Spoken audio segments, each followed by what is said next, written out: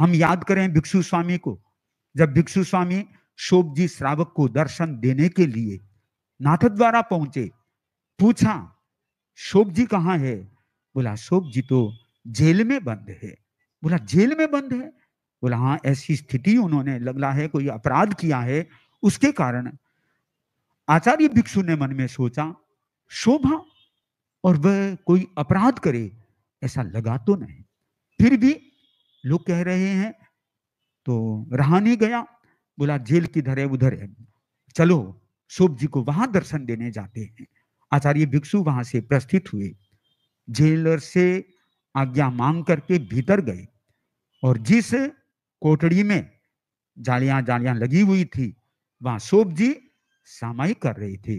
मुखवस्तिका संभवतः बंधी हुई थी और वे गुनगुना रहे थे, स्वामी जी राम दर्शन किण विध होय जी, स्वामी जी राम दर्शन किण विध होय जी। ये गुनगुना रहे थे, आंखें बंद थी। आचार्य भिक्षु जो ही पास में पहुंचे, शोभा दर्शन इन विध होय। शोभ जी ने सुना आचार्य भिक्षु बोल रहे हैं, तत्काल वे अपना भान भूल गए, खड़े हुए और मानो कि वह बेड़ी लगी हुई थी, बेड़ी टूट गई, समाधान हो गया, भिक्षु स्वामी के चरणों में गिर गए। पूरे जेल में खलबली मच गई। ऐसा कोई बाबा आया है, चमत्कारी बाबा आया है, वह चमत्कार करता है। देखा जेलर ने कि लगता है बिना अपराध के इस व्यक्ति को कैद कर दिया गया है, ये होना नहीं चाहिए।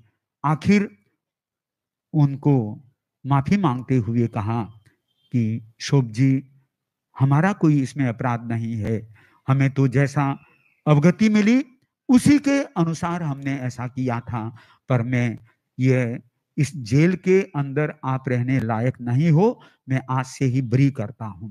उनको वहां से मुक्त कर दिया। इसीलिए कहा गया शोभ जी श्रावक ने नाथ द्वारा जेल में शोभ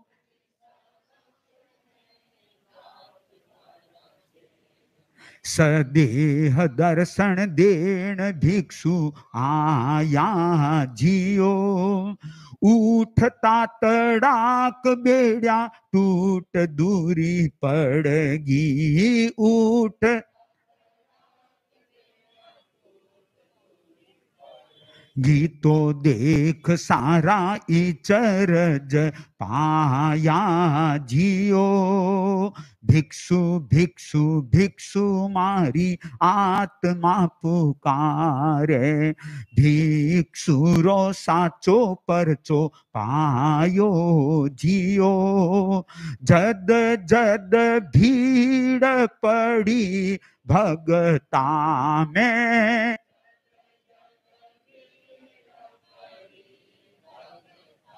मैं तो स्वामी जीरो शरणो आडो आयो जियो, भिक्षु भिक्षु भिक्षु मारी आत्मा पुकार।